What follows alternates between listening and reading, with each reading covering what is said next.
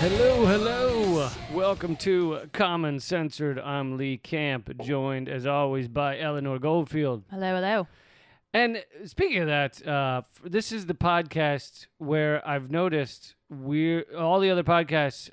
You now get the like weird quarantined Skype version, so everybody sounds a little out of it and a little like auto-tuned. Wait, Whereas people are auto-tuning themselves? no, you know what I mean. That's It terrifying. just sounds digitized because they're doing it like over Skype and over Zoom and shit. And ours is not. So if you're looking for a podcast that sounds the same now as it did a few months ago, this is the place to We turn. are in the unique position of being quarantined with each other's germs. So if you really just want a podcast that sounds good and you don't give a fuck about the content, come here to this one. You're quite the salesman. Oh, wait. Maybe I sold that wrong. No, we also have amazing content for you. And yeah, thanks for joining us. This is the show where we talk censored stories and people, sensible solutions, and common ground movements to fight and build. And sometimes other stuff. And sometimes other stuff. Many people around the country suffering right now. Suffering in a variety of ways, but one of the big ones, which we've talked a little about before, but we're going to get into even more right now, is the massive unemployment that is happening. I want to call it the unemployment movement, but that doesn't sound right. No, it's just people are, businesses are going out of business. People are losing, uniquely in America, because we are this unfettered capitalist example of what happens with capitalism when you take off every last remaining chain around its neck and you just let it eat people alive. We are, the unemployment is growing even greater here than almost all the other, rich countries. Obviously, poor country, very poor countries are suffering in a different way and always suffer from high unemployment. But here, we supposedly almost had full unemployment, and now people are losing their jobs. The government has proven incapable. Won't, I would say. Can't and won't, yeah. And I just wanted to take a minute to think about, like, what goes on here. Some people, this is like, they're losing everything. They're losing a career they've spent years building up. Their existence over the span of many years has been just fucking, gone in a flash in a lot of ways. And in other countries, they say, hey, we're going to make sure you don't lose your wages. We're going to make, or 80% of your wages, whatever. We're going to make sure you don't lose your job. We're going to make sure that during this crisis where everyone's world is turned upside down, you don't lose everything. And in America, we don't do that. No, and I think, granted, the U.S. is uniquely shitty in a lot of these ways, but we're number one. I think it's important to point out that we are actually doing capitalism better than other people.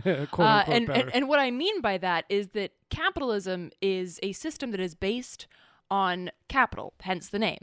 Its whole function is to place profit above all else. That includes people. That includes the ecosystems.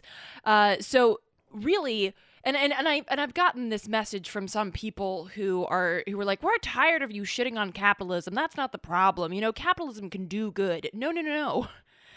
Capitalism cannot do good when it has to do with public health, public good, whether that be giving people access to housing or education or, I don't know, a livable fucking future on a planet. The things that are good that are happening are in spite of capitalism. They are in spite of these structures of capitalism that are, again, purely there to put profit above all else. And they're often the good people talk about, well, look at how many people, can have surgeries done, and the way medical care has progressed under capitalism and things like that. It actually has to do with technology. Technology has gotten better, and technology increases exponentially. And actually, if you look at some of the places where technology has increased fastest and most impressively, such as internally in car companies like in the early 1900s, or at NASA, or at, various, even Apple, within the company of Apple, within the company, that's not capitalism, right? That's socialism. That's people sharing ideas. That's people getting together in groups. That's people, whereas iPhone will patent every last detail of everything about their phone. It's not patented within the company. The guy who comes up with some new processing system doesn't keep it to himself in the company. He shares it with the company, and they work together on it. So really, the progress, the way humankind has come forward in so many different aspects is working together. It's cooperation. Yeah, absolutely. And that sort of collaborative effort is highly anti-capitalist because capitalism is all built on competition, not collaboration. So basically, while the U.S. is losing pretty much at everything, it's winning at capitalism. And to give you an idea of what that looks like, this information came from the Economic Policy Institute, which shows that in the last 5 weeks, more than 24 million workers applied for unemployment insurance. That's more than 1 in 7 workers. 1 in 7 American workers, yeah. That's incredible. Which is greater than the Great Depression, by the way. Which was not that great. I mean, yeah, the Great Depression, not decidedly so great. Not great. Decidedly not great, but great. It was large. It was a Great Depression. But now that we call it the Great Depression, now we're gonna have to call it the somewhat Great Depression because we've found a new one, I guess. Yeah. Again, this another thing that the U.S. is doing poorly is English, because English, English is just, it falls apart with things like this. Like the word great. Well, does that mean it's shit, like super shitty or super awesome? How can it mean both? That's fucking stupid. But there have been, besides that number, just in terms of people who have applied for unemployment benefits, there are several stories and reports to suggest that it's not even really flowing to at least half of those people, and the half who are getting it are getting a trickle of what they should be receiving. For instance, this one woman in Roanoke, Virginia, who's a single mother with a 2-year-old daughter, is getting $340 a week. Now that's a single mom. That should do it. That should cover everything. Who has rent to pay, health insurance, food, and, of course, other basic costs of living. $340 a week. I'm not sure if people... I imagine a lot of people do, but I imagine there's a certain segment of our society that doesn't understand... they have enough money to cover their rent, they have enough money to cover their health insurance, or it's with their job or whatever. So they don't realize how much different so many lives would be if we had just 2 things. Healthcare covered, but so you didn't have to worry about ever paying for healthcare, basically, and affordable rent, affordable housing. If you had those 2 things, imagine almost your entirety of your paycheck would go to just food and clothing and helping your kids, and you could live a normal life if you just had those 2 things. Most people could. Well, and I think it's important to note that you need to have the either a UBI, which, sorry, I hate when people use acronyms that I don't understand, so I shouldn't do it. That's an STD, right? UBI is an STD? Universal basic income. Ew, I thought it was a universal bum infection. Wow, how would that become universal? I don't want to know. But you need to give you an example. When I was 18 and I had moved to Los Angeles, I started working at a studio where I made roughly $350 a week. And I didn't have any kids. It was just me, and I was renting a room in a house. I barely had enough to survive. I would scour the shelves at Ralph's to try and find a 2-penny difference between bread. And that was me as a single person renting a fucking room and having a full-time job. And that was 2005. So if we consider inflation, this woman is getting $340 a week, which obviously doesn't buy what it did in 2005. And she obviously has different needs because she has a child and she's a single parent. Are you fucking kidding me? There's no way. And this is, of course, the problem, that not only is it because the U.S. is lorded over by these corporate capitalists who do capitalism better than anyone else, but the idea of being totally out of touch. I have some semblance of an idea of what it means to live off of roughly $350 a week. Do you think fucking Nancy Pelosi does? Do you think Mitch McConnell does? Well, do you think any of these asshats or dick wrinkles have any fucking idea what it means to try and get by on $350 a week? Well, I've often thought about the fact that not only do they not know how to get by on that amount of money, they can't even imagine it, but they almost never even interact with the average person. Like, very little. You know, occasionally Nancy Pelosi will run into somebody like at TSA or something that she has to talk to and and interact with. But in general, they don't know what an average like Trump literally does not talk to a person that is not rich or well connected in his entire life, everything. Same with Nancy Pelosi, same with, Joe Biden. You can see he's forced to interact with him now during some of this campaigning, and he fucking doesn't know how. No. And he's supposed to be the average man, right? The guy who rides the fucking Amtrak. That's probably because they were afraid he shouldn't be driving. But even then, I'm sure he has his own train car. Well, he shouldn't be driving because he'd, run into a lamppost and then spend the next half hour trying to apologize to the lamppost for hitting it because he thinks it's a tall guy. Not moving on actually, but I just wanted to give some more information about why this money is not going to average Americans. For one thing, I think we discussed it on the extra content last week or the week before or whatever, but basically it's come out that these $1,200 checks, which are breadcrumbs, they can be taken by the bank if you owe the bank money or something. So basically there's approval within the fine print of these $1,200 checks to never actually get to the people if a bank decides to take it or a credit card company decides to take it. So a lot of this $1,200 is not even getting to the people. But on top of that, there's just a lot of these billions of dollars, right? They just gave away whatever, $2 trillion in various loans and things, most of it going to Wall Street and major corporate America. But they also had a large chunk allotted for small businesses. That was part of the big bailout, was for small businesses. And it's come out both in, you can read stories about it, but also anecdotally. I've heard a few anecdotal stories about people having small businesses, having 2 or 3 person businesses, going and saying, look, just a loan of $500,000 would be able to help me get through the next 6 months with my small business and things like that.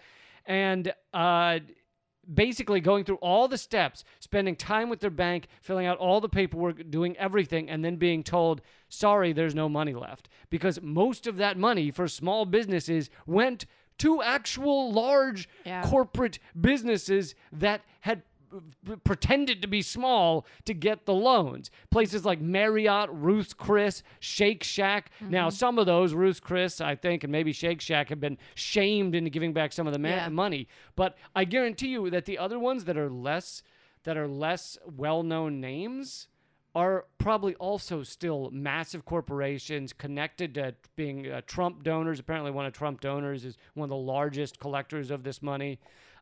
So what you see is this is really, and this is a shock doctrine, this is a transfer of wealth, and I know they do it a lot, but they're using this crisis as a transfer of wealth from the smallest, weakest people in the economy, the poorest among us, the middle class, lower middle class, and poor.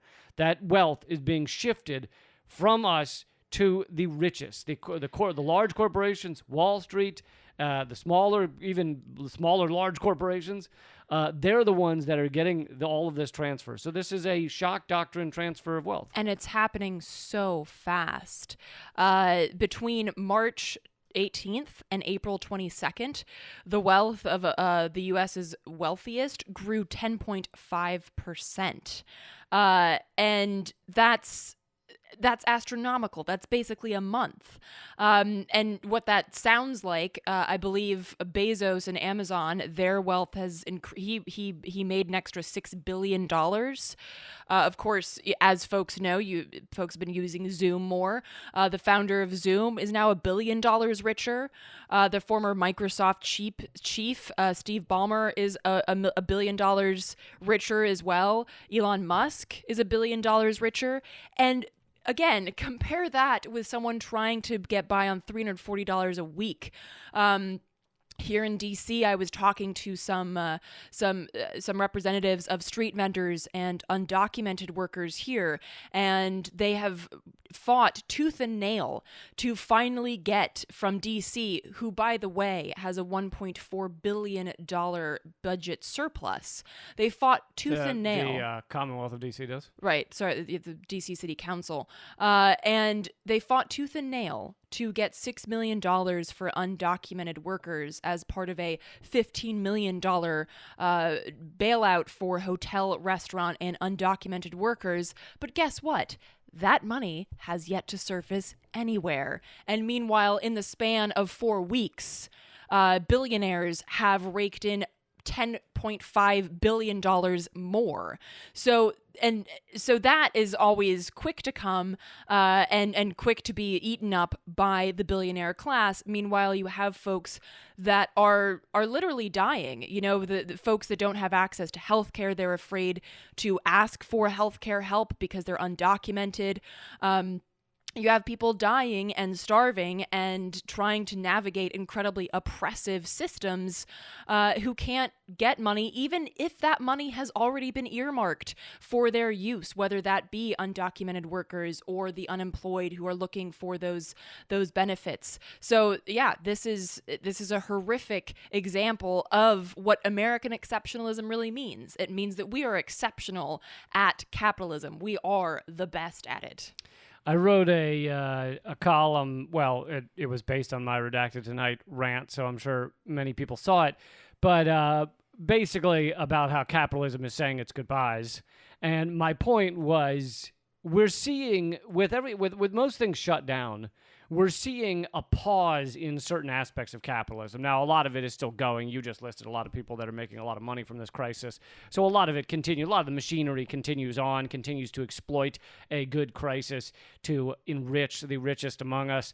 But other aspects of it, some of the endless consumerism, the things that we buy on a daily basis that we don't really need to buy, a lot of these things are on pause. The endless commute of millions of cars on the roads, filling the airs with soot and smog, and the birds and animals hiding in the corners of our world because they're afraid to come out and be near all this shit storm that we produce.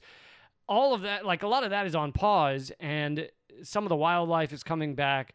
Mm-hmm. And the point really of the piece was, are we going to use this? Are we going to realize during this time, and for many people it's a horrible time. It's a time when people are going hungry. It's a time when people are losing family members to coronavirus. It's a horrible time in a lot of ways. But for those who aren't suffering in the most dramatic ways, is it going to create a realization in us that maybe there's a different way to live, and maybe there's a different, a different kind of a mindscape we could be living on, in that we're not just endlessly consuming, and life has a different kind of meaning and importance.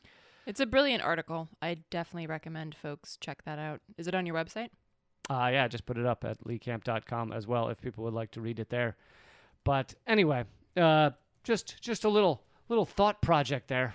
I hope people give it some thought and consider it. That doesn't mean I necessarily know how we get there. I hope it creates a stepping stone, because as we're going to talk about later in this episode, the environment doesn't have a lot of time to wait while we figure our shit out, you know? Mm-hmm. A couple of quick things before we get into some more about workers and rents. Not your parents, but something else. Unless your parents are part of the... Never mind. Struggling workers. If you think of getting anything out of this show, it'd be awesome if you could go become a member at patreon.com/commoncensored. We are completely funded by you, which is not to a large degree, but partial, a small amount of funding to keep this show going. We have no ads, no corporate sponsors, nobody other than you guys pays anything to keep this podcast going. And we would love for you to do that at patreon.com/commoncensored.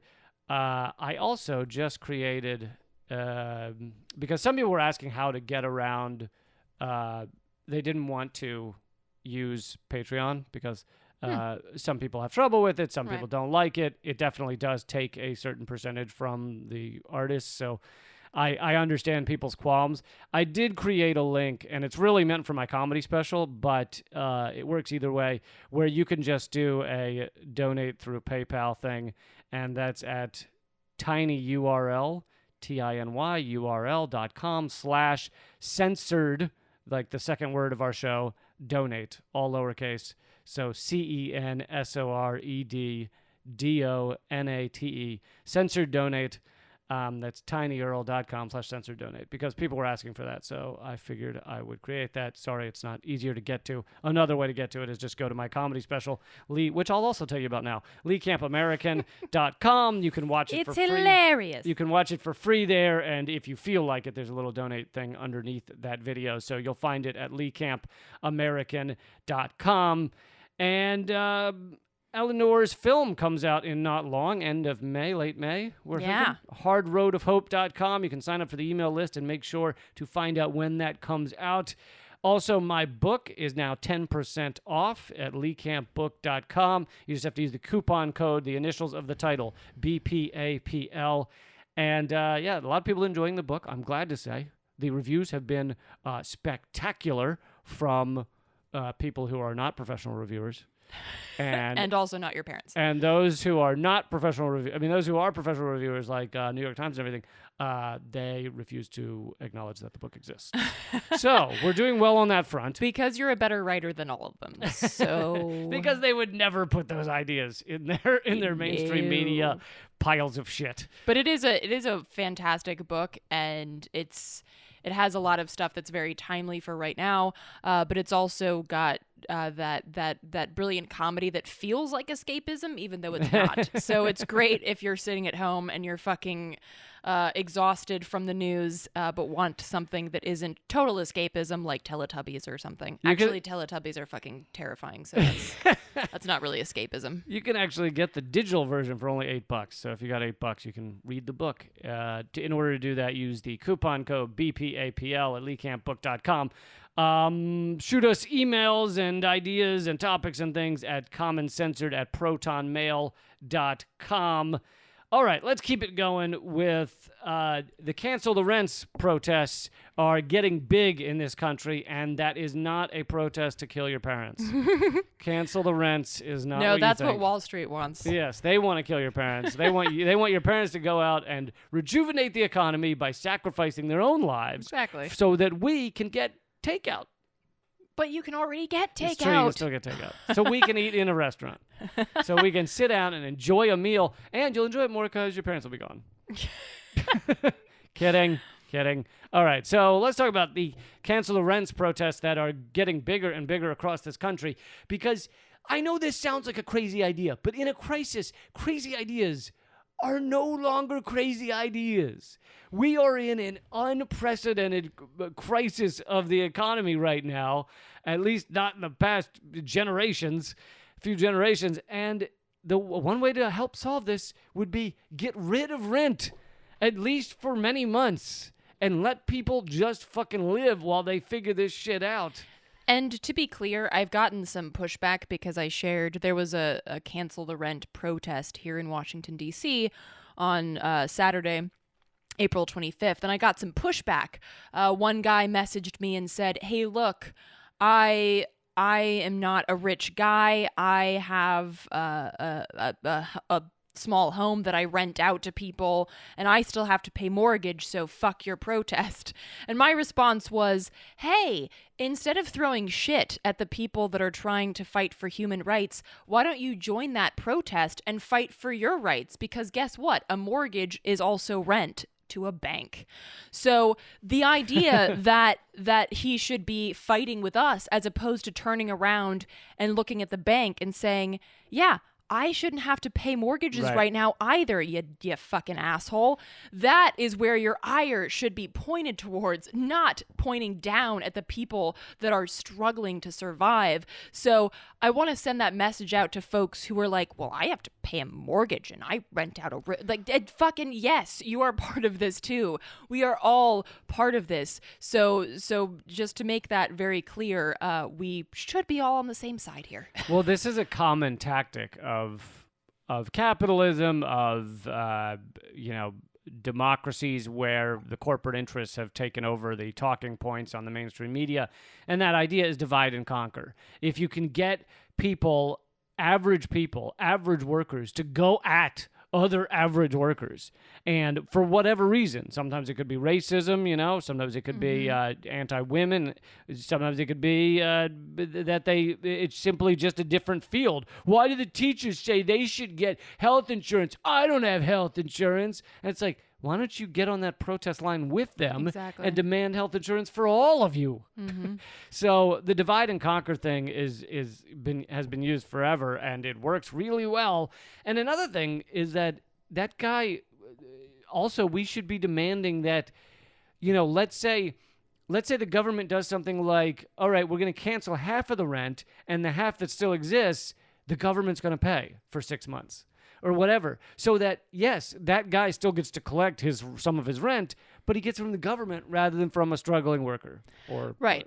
Exactly. And It's Going Down has, if you're not familiar with that site, check out itsgoingdown.org. They have a great report back on tenant organizing and the ongoing rent strike. We talked about this a few weeks ago when we talked about the rent strikes that were happening starting April 1st that are still ongoing. And now tenant organizing is really ramping up and continuing to roll as, the economic situation continues to worsen.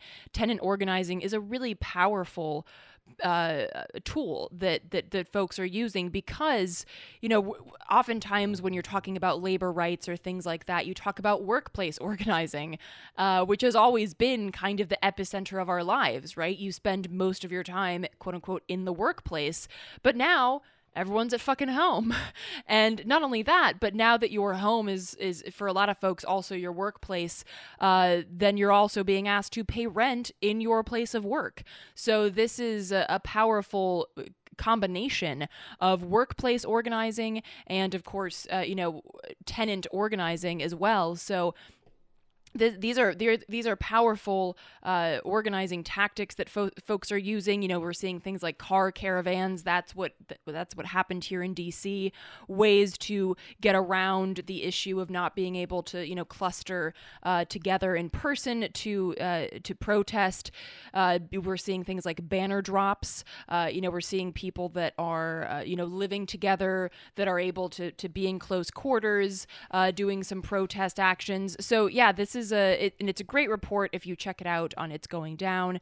Gotta get creative. Yeah, absolutely.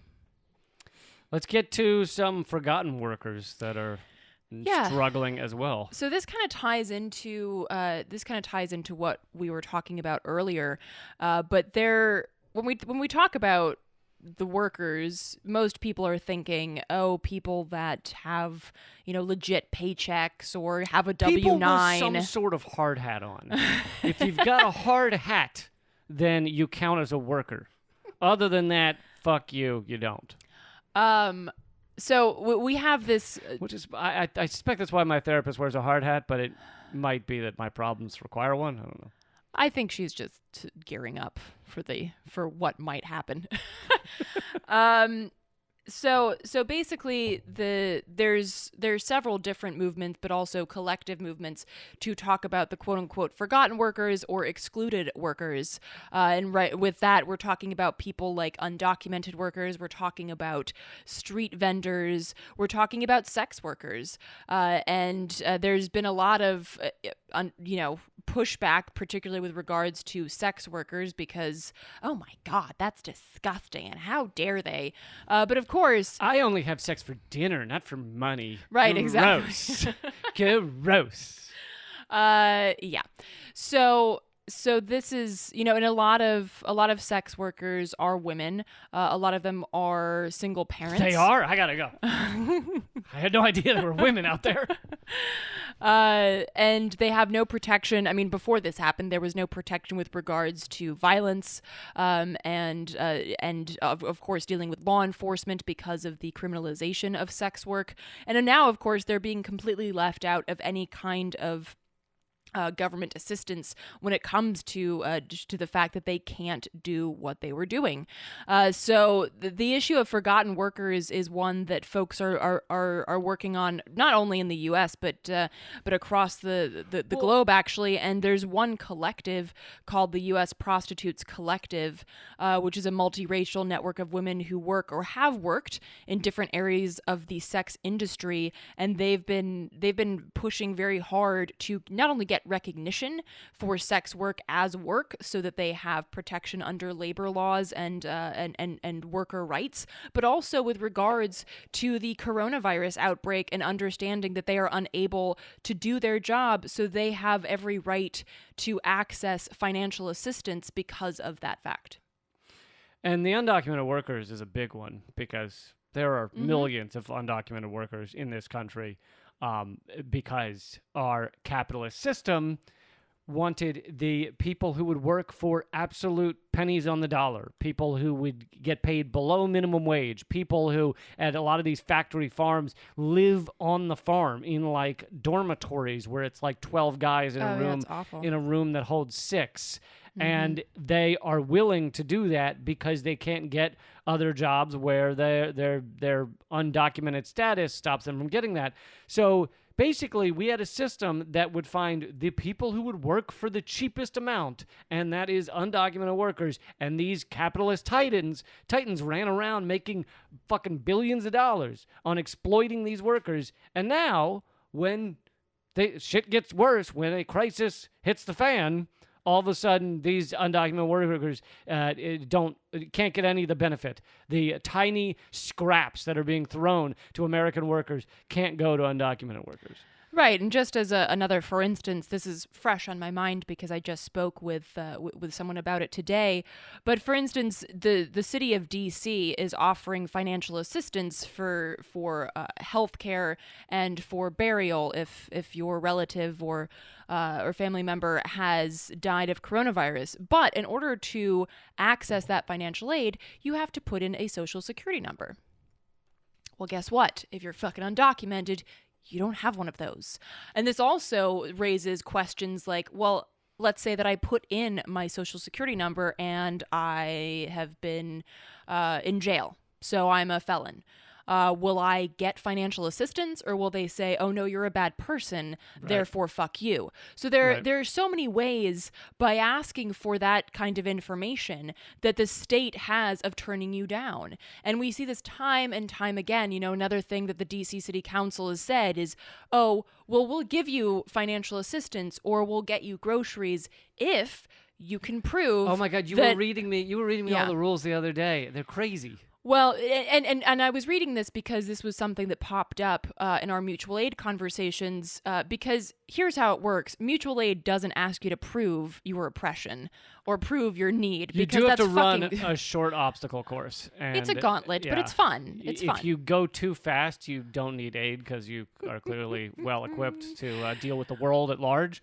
No, so you don't ask for documentation. You don't ask for anything. You just say, oh, you need food? Here's food. And we don't collude with law enforcement, which means that we are a legitimate alternative for undocumented folks or other people that have legitimate concerns about dealing with any sort of government agency. But one of the things that the DC City Council put out as saying, like, one of the notes as, like, we'll give you assistance if... One of them was, if you can prove that there's it didn't say prove, but that's implied. If there are no neighbors or family members that can get you groceries.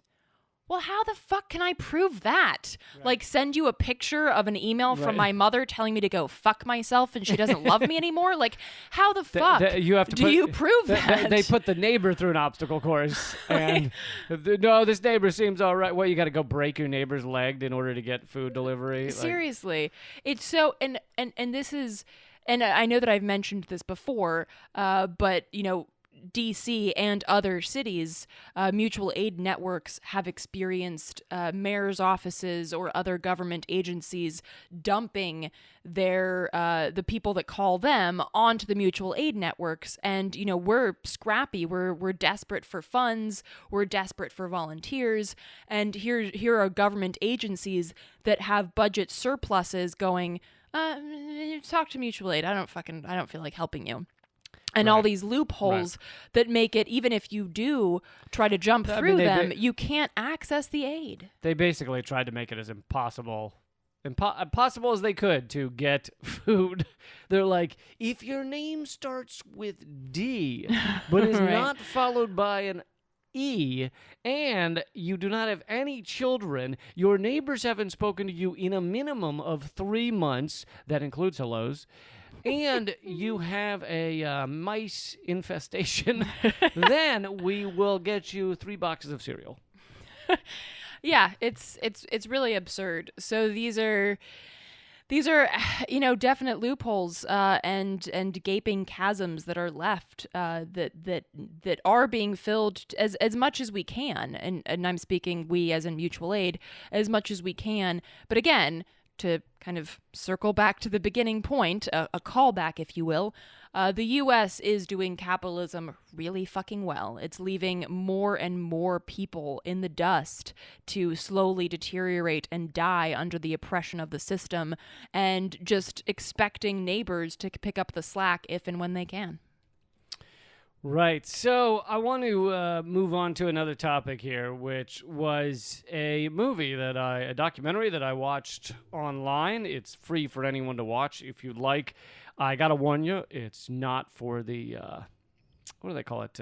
Faint of heart? Faint of heart, yes. I was going to say faint of stomach. That would also be interesting. But so it's Michael Moore Presents. Now, it's not a Michael Moore documentary. He helped produce it, but the narrator and everything, and the director is someone else named Jeff Gibbs. It's called Planet of the Humans, and I watched it. They had Michael Moore. By the way, whatever you think of him, you know, he's got some issues that bug me. I've often mentioned I remember seeing him on television during the Bush administration or maybe it was during the early Obama administration, but whatever, get down on his knees and beg forgiveness from Al Gore for not supporting him during Al Gore's election. And so I have qualms about Michael Moore, but clearly Michael Moore has put that version of himself to the side for right now because this documentary does not go easy on Al Gore. But it's not about Al Gore. This documentary is about Big Green, really. It's about the catastrophe that is hitting our planet. Many of you, you know, we talk about it a lot on this show, so many of you know some of these stats that are just truly incredible. We're in the 6th grade extinction. Obviously, climate change. Did you say 6th grade? 6th grade extinction. Oh. 6th grade extinction. We've killed all the 6th graders, so we got rid of them. So at least we got that going. I was like, I'm cool with that because I fucking hated 6th grade, but damn. They're fucking annoying, and they're high-pitched. I don't know if you noticed that, and sticky. So we got rid of the 6th graders. We're in the 6th grade extinction. We've lost 50% of all wildlife over the past 40 years, something like that. There's an insect apocalypse that's gotten some writing. The bees are dying. There's obviously climate change. Everyone knows about the emissions in the air and the rate the planet is warming. I learned this fact it wasn't from the movie, but it was from a conversation with the director after the movie. 96% of mammals on the planet are humans, are pets, or factory farm animals, meaning actual wildlife is 4% of the, I assume they're talking biomass, of the mammalian biomass. Anyway, things are getting critical, very critical. Our environment is at a breaking point. And this documentary, rather than do what certain documentaries do and say, we got to turn to, here's the answer is just wind and solar and everybody invest in big wind and big solar and big green and all this stuff. And it's not saying that solar power in general couldn't ever help us. I think we do need to move to a sustainable energy. But what it's saying is this big green that we've had over the past 20, 30 years, these big corporate systems that create this stuff, it's a combination of horseshit and greed and lies. And this thing is pretty incredible because he's been making it for like 15 or 20 years. So it goes back years and years, and he goes to like, I mean, it's just like everything you think of where you're like, oh, that's a nice green thing they're doing there. It's not. It's usually not. Some of the, like, he goes to the Earth Day concerts, and they have these massive Earth Day concerts. I don't know where this one was, but he goes backstage, and they make a big announcement. Well, first of all, they thank their corporate partners at the Earth Day. They say, thank you, Citibank. Thank you, Toyota. And then he goes behind the stage. I guess he has press access, and he sees solar panels, and they're bragging about how the Earth Day is green energy, powered. It was all green energy for this Earth Day concert. And he goes backstage, and there's like 12 solar panels, and he says to the guy, "This is powering the concert?" And the guy's like, "Oh, no, this would power a hairdryer." And he goes, "Well, what's powering the concert?" And he goes, "I think it's diesel generators."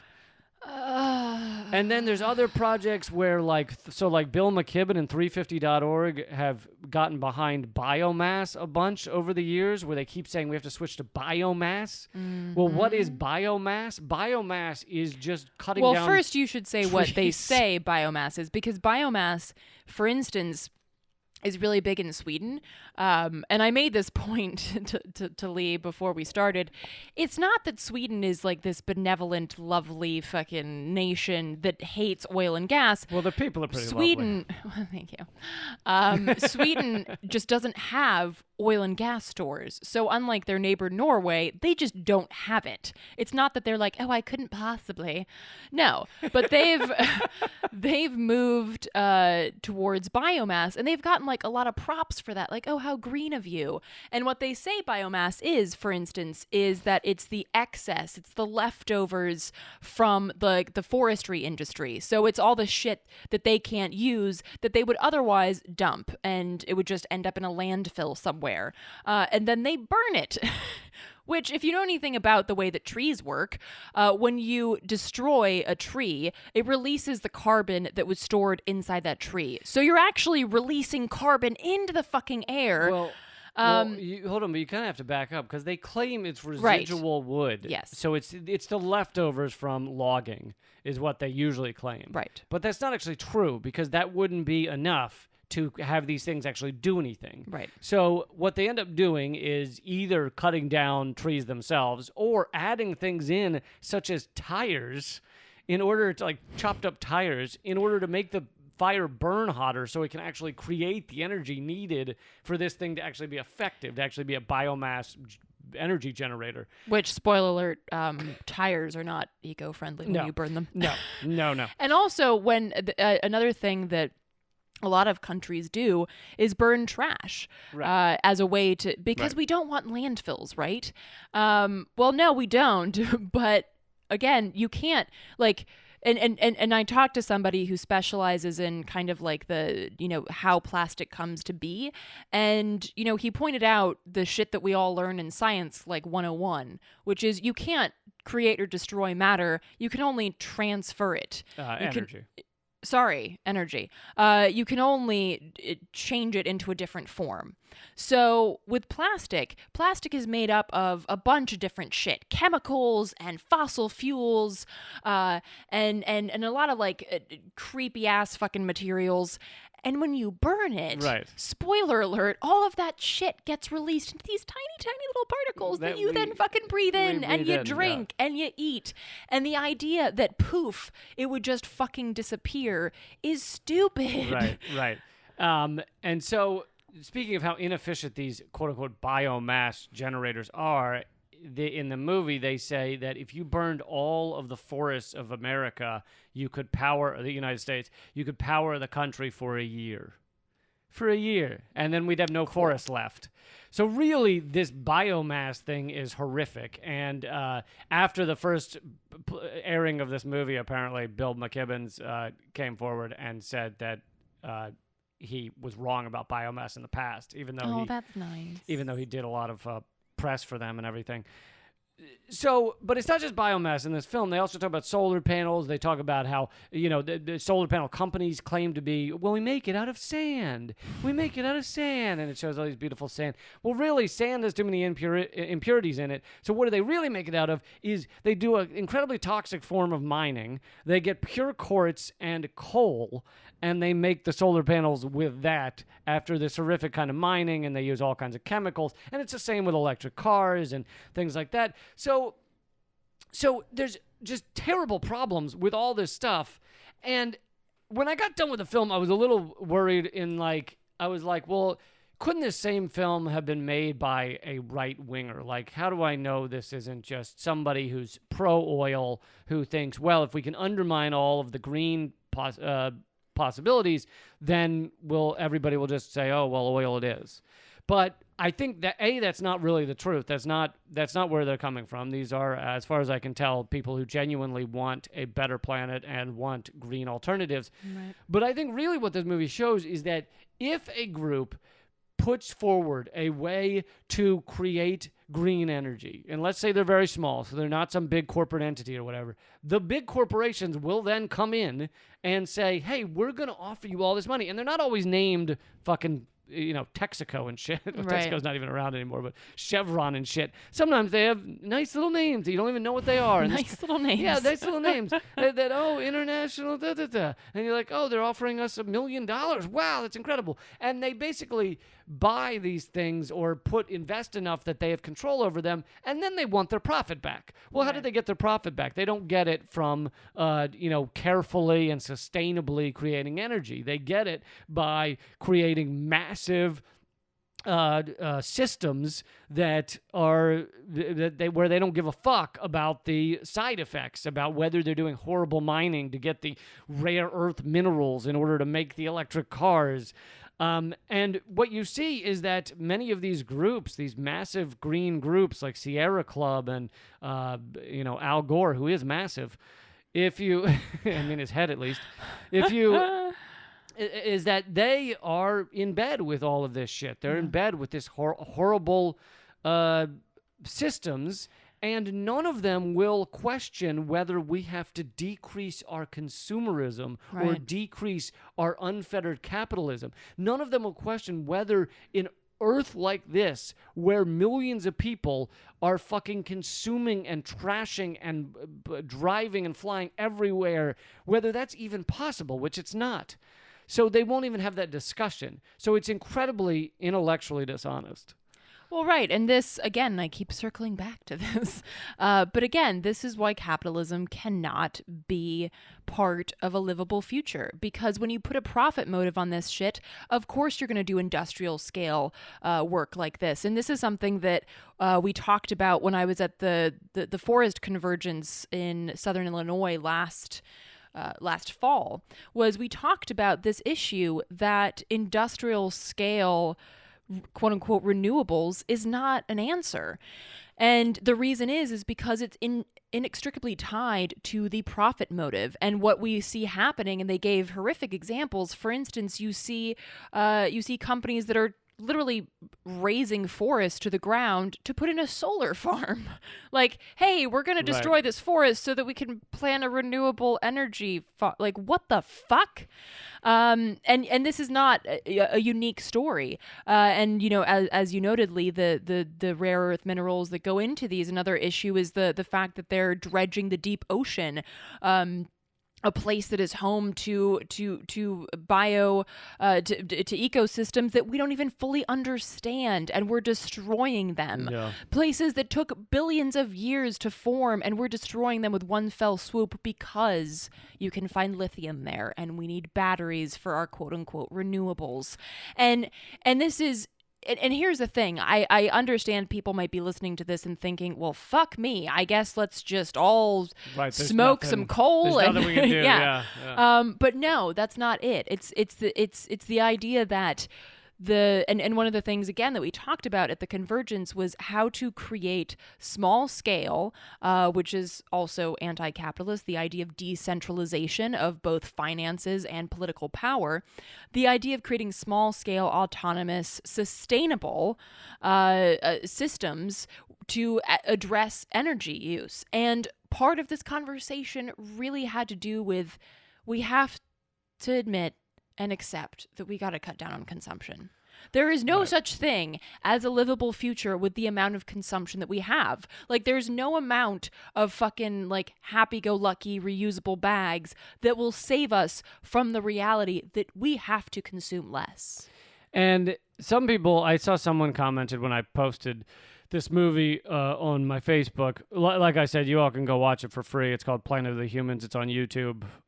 They had hoped it would get, like, 100,000 views, and it's already at 2.5 million. So it's clearly striking a chord with people. But someone said, I stopped watching when they started pushing that population, too much population, Malthusian shit. And here's the thing that I think people don't seem to understand nuance. This is like the gun debate or something. People don't seem to understand nuance on this. Mm-hmm. When people talk about how the population is getting too big, we have too many people. They're right if we keep consuming like this. They're wrong if we started, like Zeitgeist Movement talks about, using our resources in a way that is sustainable and that everybody could, everyone could be fed and housed and live a good life, and we have the resources for that and still have a sustainable planet. That is possible. Right. So some people get very angry because they're like, how dare you say it's a population problem? You can't talk about population. But it is a population problem if we're going to keep consuming like this. If we're going to completely change the way we live and evolve past capitalism and not buy things that are shipped across the country that were made in Guam and then put on boats and shipped here and then driven in a truck across the country, and but plastics that initiated on the other side of the world that were then shipped to Guam so they could melt them into the thing that got on the boats, that got in the truck, that got to you. Like, if we were going to stop living like that, then yes, the population would not be a problem, at least for right now, if we did it like that. But we don't. So I think both are right. You can talk about how we have a population problem if we're going to keep living like this, or you can talk about how we don't have a population problem, but we can't keep living like this. So both are right. And anyway, I know some people got frustrated by that. But something else I wanted to mention, because we were talking about the solar arrays and everything, and by the way, something they do a great job of in this movie is they go to these big projects, these massive projects. Various cities, especially out in desert areas, have done these, and some of them are actually wind turbines as well, but done these massive solar array projects. One of them that they highlight is this one out in, I think it's in Death Valley or something, and Arnold Schwarzenegger was governor, and he went out there and gave speeches, and these are multi-million-dollar massive projects. And they go out to one of them, and it's collapsing. It's basically, they went in, they built it, they did all that stuff, but at the end of the day, there wasn't enough profit in it. So they're not going to keep fixing it and keeping it up. And it was basically a PR stunt that looked good for Schwarzenegger as governor, looked good for some of the big green people, gave some people jobs, very temporary jobs that go away once the thing is built. And all of this, if you get to the heart of it, comes back to capitalism, because you have a government, and I'm talking about a state government, a city government, that is partially owned by corporate interests. They're the ones offering millions of dollars to do a project like this. You have towns that need jobs in order for people to feed their kids and have their house and pay their rent. And so these people desperately want any job they can get. Their kids are hungry. They can't afford their rent. I'll take any job I can get. Yeah. Well, will you take a job creating this solar array? Absolutely. How long is that going to last? Oh, it's going to last forever. No, it lasts a few months. And then the solar array is built. All the jobs leave town. And there's not enough profit in it to keep it going. So they just let it collapse over time. And all of this cycle, like, there's a lot of flaws within that. You can get angry at Big Green. You can get angry at Arnold Schwarzenegger. You can get angry at the solar company that said that this thing would last for 40 years while it's falling apart after 10 or 15. You can get angry at a lot of people, but at the heart of it, it's still an economic system that is not actually taking the planet into account. Exactly. And it's an economic system that places your worth as a human being on what your dollar value is, what you can create, which is why, from coal country to Death Valley, the conversation is always jobs and what can give people jobs, as if we needed to have jobs at all. And I know that sounds fucking crazy. Like, well, what would we do? Well, what are you doing now? Like, what are you doing now if you're furloughed or if you're unemployed? Well, I'm guessing that a lot of folks are looking for jobs because that's the only way that we can survive, but that's not the only way that we could survive. And the idea that that we have to try and mold the earth, which guess what? She's not willing to be molded. That we have to try and mold the earth to our economic system is fucking stupid. Instead, you should mold your man-made, and I do really mean man-made, your man-made fucking systems. You mold those around what the earth is capable of doing, because it's not like when your house needs repairs, you have to like work around what your house is capable of doing. You're not like, oh, I'm gonna try and fit a fucking mansion into my 1-bedroom apartment, and that's how I'm gonna fix it. No, you have to work within the confines of reality and what your 1-bedroom apartment can actually sustain. Right. And it's the same concept when you ripple that outwards to the entire ecosystem that we live in. To me, this is one of the most dangerous and sidelined ideas that's out there that people just will not accept. And it's not allowed on corporate media or really corporate television at all. But the idea that we shouldn't have to work so much. The idea that, hey, well, what if your rent and some sort of basic food and clothing and housing was all covered? Would you have a miserable life? Right. No, I don't think you would. And then people say, well, people really like work in the sense that they like to be involved in something. They like to create something. They like to work with others. They like to feel the pride of having done something. Yes, but you could have a society where all of those things are covered, so you're not worried about your rent, your food, your housing, your clothes. That's all covered. And you work just to help the community. Or just because you enjoy it. Because you enjoy it. You fucking bake because you enjoy it. Right. It could be any of those things. You can work without it being like, no, you have to work to survive or you die. Exactly. Like, it's such a fucked up system. But when you even try and have this conversation with people, they often can't even understand what you're saying. And to me, it just goes back to the story about what one fish says to the other fish. This water sure is nice today, and the other fish says, "What water? What's water?" Sorry. Yeah. And it's like when you're in it and you've been raised in it, and it's everything around you. You can't even imagine a world outside of it. Yeah. And that's where we got to get. We got to get to that envisioning that world outside of it. Amen. I think that's a good wrap-up point. Good wrap-up point, absolutely. Thank you guys so much. We're headed over to patreon.com/commoncensored to do a little extra content for you. And you guys really make this show possible. So if you feel like you got $1 or $2 out of this show, go to patreon.com/commoncensored and throw a couple bucks that way. Also, if you're due a copy of the book, please shoot me an email in order to let me know. That's leecampmail@gmail.com. My stand-up special is now free at leecampamerican.com. That's also the page where you can find the PayPal donate if you prefer PayPal over Patreon. Eleanor's trailer is out at hardroadofhope.com. Both of them. Oh, both of them. 2 trailers. And my book is at leecampbook.com. All right. Until next time, keep fighting. Act out.